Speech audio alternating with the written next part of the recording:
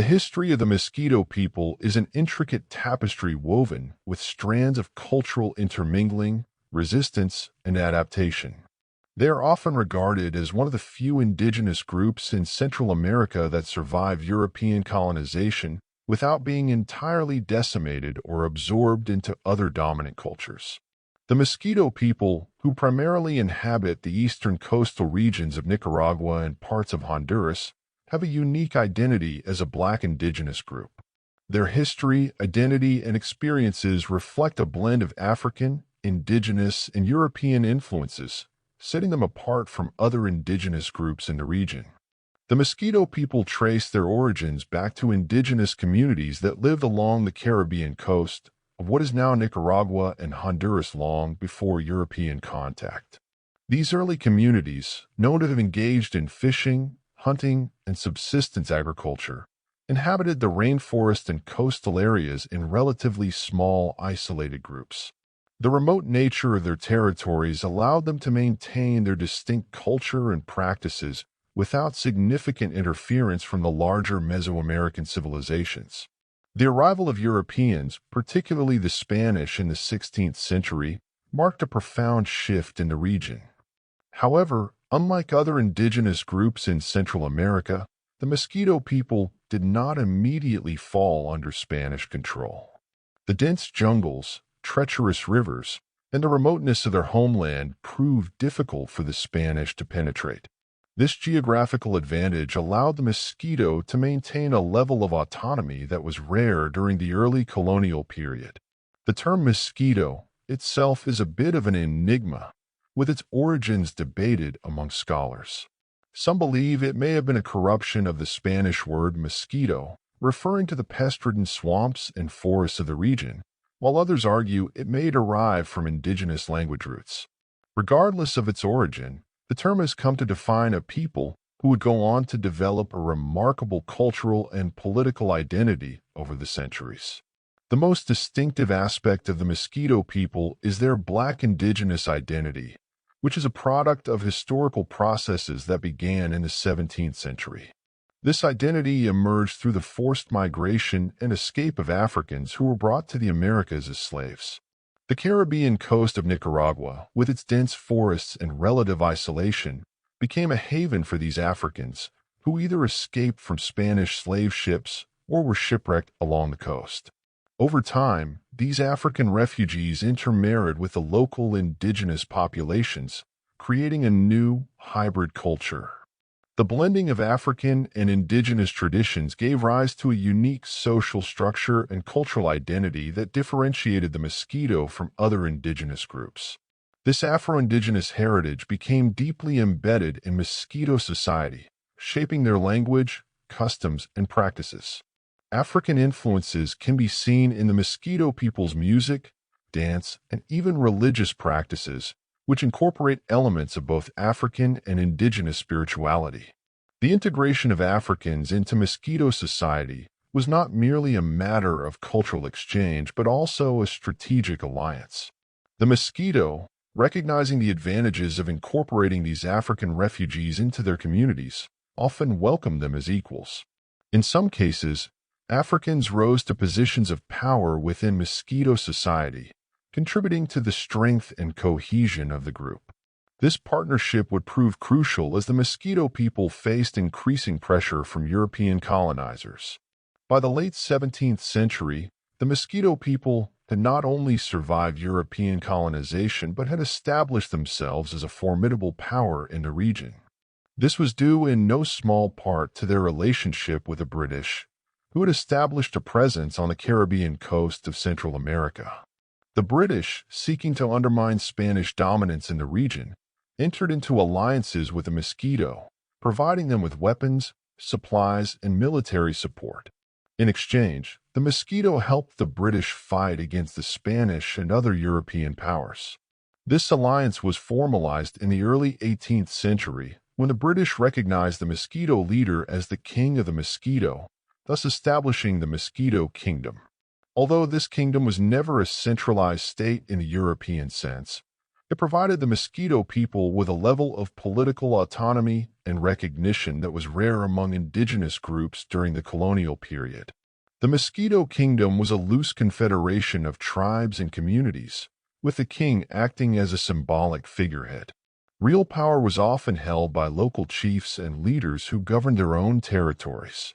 The kingdom's political structure reflected the decentralized nature of Miskito society, where decision-making was often a communal affair.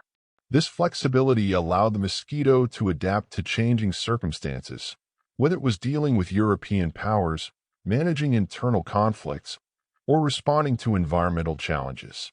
The British-Miskito alliance was not without its complexities. While the British provided the Miskito with valuable resources and support, they also introduced European goods and practices that began to alter Miskito society. European-style clothing, weapons, and even Christianity made their way into Miskito communities, gradually transforming their traditional way of life. However, the Miskito were not passive recipients of these changes. They selectively adopted European practices while maintaining many of their indigenous and African traditions. Throughout the 18th and 19th centuries, the Miskito people continued to assert their autonomy in the face of growing colonial pressure. The Spanish, despite their efforts, were never able to fully conquer or control the Miskito territory. The British, while maintaining their alliance with the Miskito, eventually withdrew from the region in the early 19th century, leaving the Miskito to navigate the turbulent waters of Central American politics on their own. One of the most significant threats to Miskito autonomy came from the newly independent state of Nicaragua, which sought to assert control over the Caribbean coast. The Nicaraguan government, eager to expand its territory and resources, began encroaching on Miskito lands, leading to a series of conflicts. The Miskito people, however, were not easily subdued. Drawing on their long history of resistance and adaptation, they fought back, using both diplomatic and military means to defend their sovereignty. The struggle for Miskito autonomy reached a critical point in the late 19th and early 20th centuries when the Nicaraguan government, with the support of the United States, launched a concerted effort to integrate the Caribbean coast into the national framework. This period, known as the reincorporation, saw the Nicaraguan government impose its authority on the Miskito and other indigenous groups, often through violent means. Despite these efforts, the Miskito people never fully lost their sense of autonomy or identity. Even as the Nicaraguan government imposed its laws and institutions on the Caribbean coast, the Miskito maintained their distinct culture and traditions. Their resistance to assimilation was not just a matter of political survival, but also a defense of their unique Afro-Indigenous heritage. The 20th century brought new challenges for the Miskito people as Nicaragua underwent significant political and social changes. The rise of the Sandinista National Liberation Front, FSLN, in the 1970s and the subsequent Nicaraguan Revolution had a profound impact on the Miskito and other indigenous groups.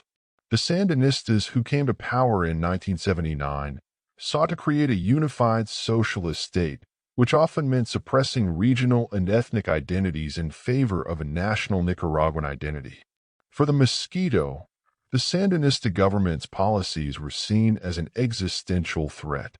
The Sandinistas implemented land reforms that redistributed indigenous lands to mestizo settlers from the western part of the country, further encroaching on Miskito territory.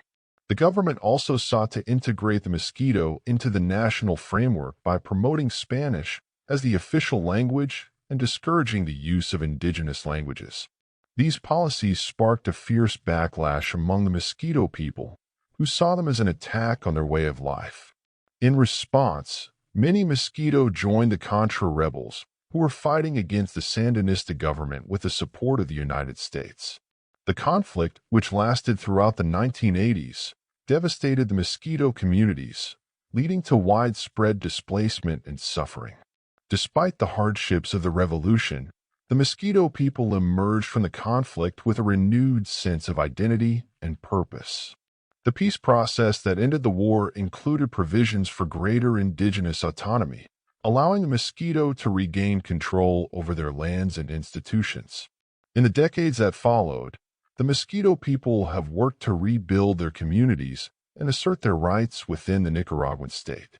Today, the Miskito people continue to face challenges as they navigate the complexities of modern Nicaraguan society. While they have achieved a level of political autonomy through the establishment of indigenous territories, they remain marginalized in many ways. Poverty, lack of access to education and healthcare, and environmental degradation are persistent problems in Miskito communities. One of the most pressing issues facing the Miskito today is the destruction of their natural environment. The Miskito have traditionally relied on the land and sea for their livelihoods, engaging in fishing, hunting, and small-scale agriculture. However, the expansion of commercial logging, mining, and cattle ranching in the region has led to deforestation and pollution, threatening the Miskito's ability to sustain their traditional way of life. In recent years, the Miskito have become increasingly vocal in their demands for environmental justice and indigenous rights. They have formed alliances with other indigenous groups, as well as national and international organizations, to advocate for the protection of their lands and resources. These efforts have led to some successes, such as the recognition of indigenous land rights in Nicaraguan law, but much work remains to be done. Despite these challenges, the Miskito people continue to assert their identity as a Black indigenous group with a unique cultural heritage. Their history of resistance and adaptation has enabled them to survive centuries of colonization, war, and environmental degradation, and they remain a vital part of Nicaragua's cultural and political landscape.